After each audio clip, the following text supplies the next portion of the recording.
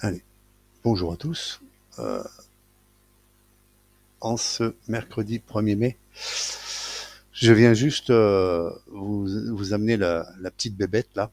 Il y a quelques jours, il y a une personne qui a demandé comment avoir le smart indentaire dans le 64 bits. Moi, je sais que j'y suis arrivé. Bon, j'ai pas compris, personne n'y a, enfin, lui, le demandeur n'y est pas arrivé. Hein. Donc moi je l'ai la version 3.5 qui est disponible, qui date de Mathusalem, qui est disponible un petit peu partout, hein, notamment sur DVP. Moi j'ai réussi à l'installer sur 2016 en 64 bits, sur 2013 en 32 bits, sur 2007 en 32 bits. Enfin bon bref, j'ai aucun problème. Voilà. Donc bon, cette personne n'y est pas arrivée. Il y a quelques petites applications que l'on trouve ici et là, à droite et à gauche, que j'ai un petit peu testé en version trial, là, pas très intéressant.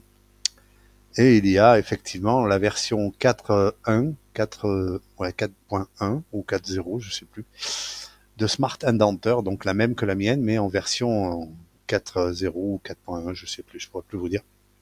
Et je l'ai testé, sauf que là, elle est payante en plus, et elle est en version trial. Alors je l'ai testé et tout, effectivement, pour moi, pour être honnête avec vous, ça ne change rien. Voilà. J'ai le même menu, j'ai les mêmes trucs, j'ai un peu plus d'options quand j'ouvre les options, mais est-ce que ça m'est nécessaire? J'en suis pas sûr. Hein. Donc voilà. Donc du coup, je me suis dit, il faudrait quand même réussir à trouver le moyen de faire un code pour indenter du code. Et à ce jeu-là, je suis plutôt joueur. Donc, comme d'habitude, hein, je prends des lignes de texte, hein, donc c'est du code, pour moi c'est des lignes de texte, et je vais les transformer en HTML. Et en fonction des éléments qui sont dans les lignes de texte du code, hein, for, if, else, with, and with, function, and function, etc., etc., je vais formater mes éléments HTML d'une certaine manière. Ensuite, comme je compile tout en texte, tout en string, je fais tout en string, hein, je recompile le tout dans un DOM document en mémoire, hein, create objet HTML file, et en fonction des attributs que je leur ai donnés, je les indente ou pas, ou moins, ou plus, etc., etc. Je vais vous montrer le code. Hein. Franchement, il est vraiment pas compliqué. Hein. En tout cas, pour ceux qui connaissent un petit peu le HTML, un minimum, hein. Voilà, un minimum, hein. Le DOM 1 et le DOM 2 suffit, hein, pour être honnête. Hein.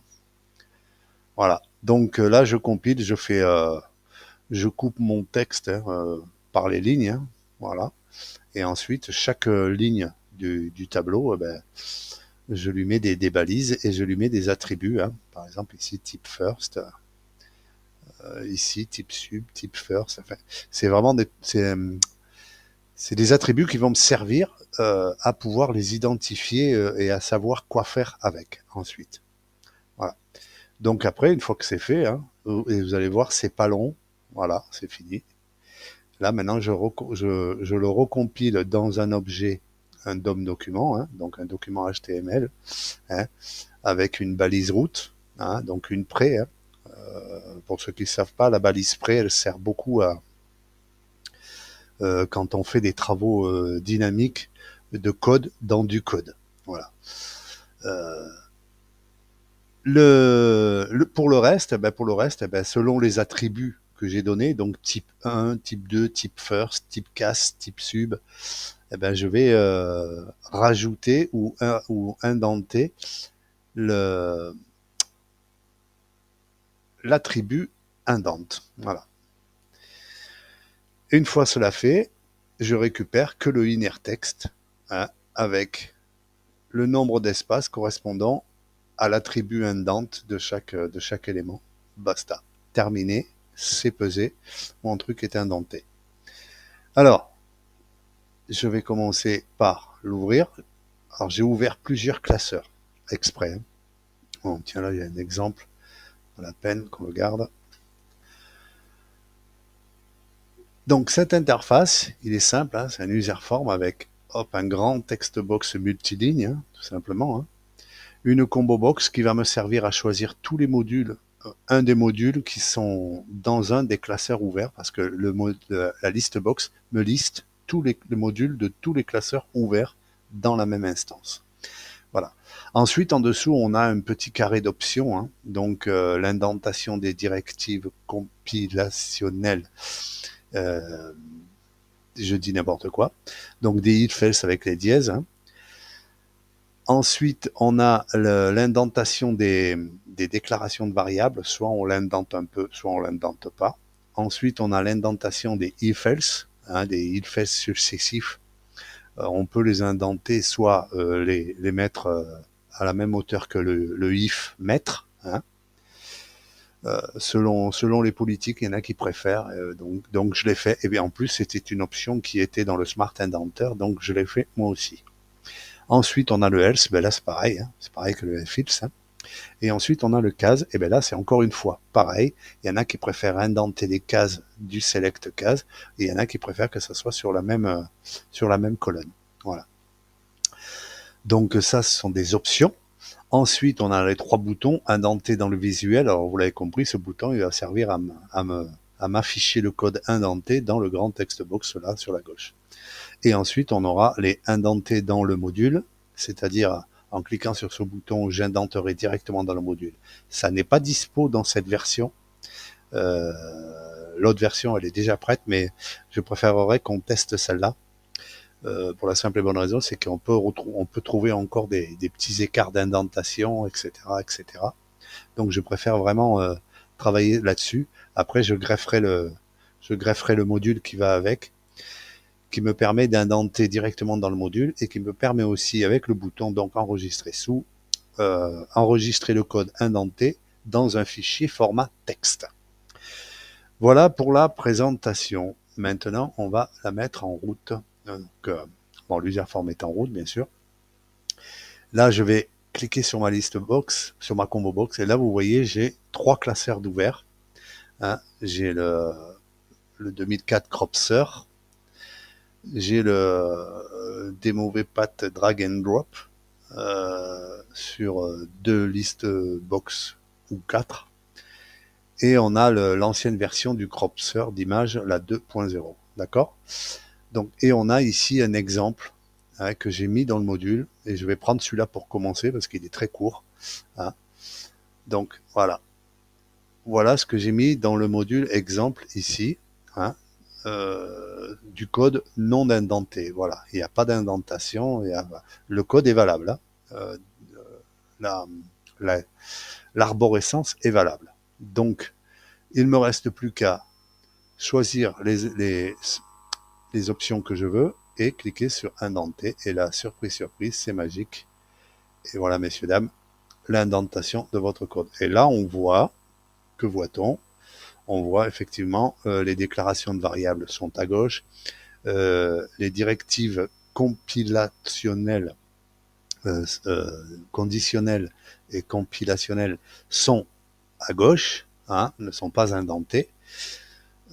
Les cases sont alignées avec le select case pair, hein. Le if et les else if sont alignés. Voilà.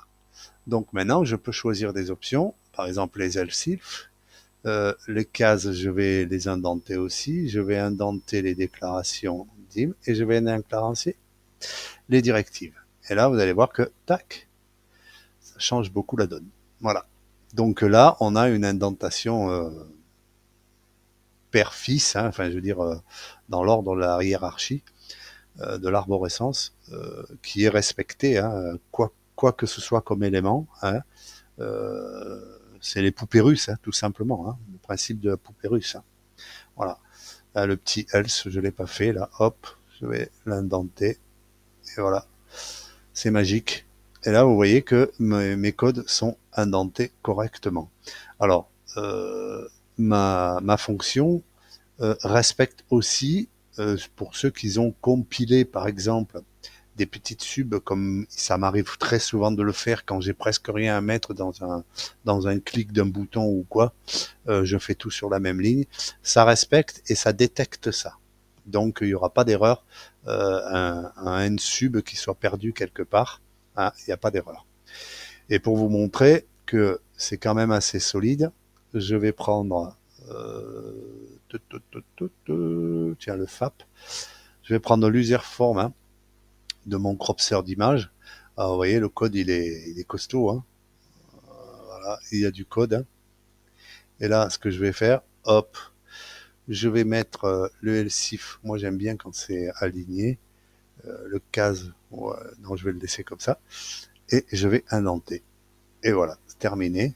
Et là, si vous regardez bien, mes codes, alors mes compilations de lignes sur une seule ligne, hein, sub and sub, sont respectées, elles sont bien détectées. Et mes subs, private sub, fonction, private fonction, public fonction, etc. sont respectés, sont compilés correctement. Et là, on voit bien que mon indentation est propre. Hein. C'est magique. C'est magique. Voilà. J'ai fait ça depuis hier parce que c'est un gars qui a demandé ça. Et j'ai dit, tiens, ça serait intéressant. C'est un défi assez sympa.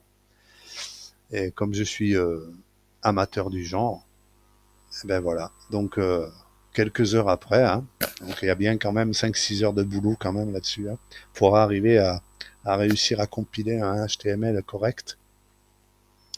Hein, parce que j'ai fait plusieurs essais, j'ai essayé plusieurs méthodes HTML aussi. Hein, donc, pour arriver à ça, il y a quand même 5-6 heures de boulot. Hein. Mais bon, dans n'importe quel cas, vous voyez, le résultat, il est propre. Hein, les indentations, et même quand il y a voilà, comme dans le select case, vous voyez là, comme quand il y a des if imbriqués, hop, il n'y a aucun problème. Voilà, vous voyez là, hop, les if imbriqués, vous voyez, c'est propre, c'est net. Voilà. Donc voilà, c'est une version bêta. Je vous la laisse comme ça directement sur le forum. Vous la testez, vous me donnez vos avis, vous me donnez des idées si vous en avez, hein, pourquoi pas, même pour ajouter peut-être dans l'interface. Et, euh, et puis voilà, j'attends vos retours avec impatience. Allez, merci les gars, bye.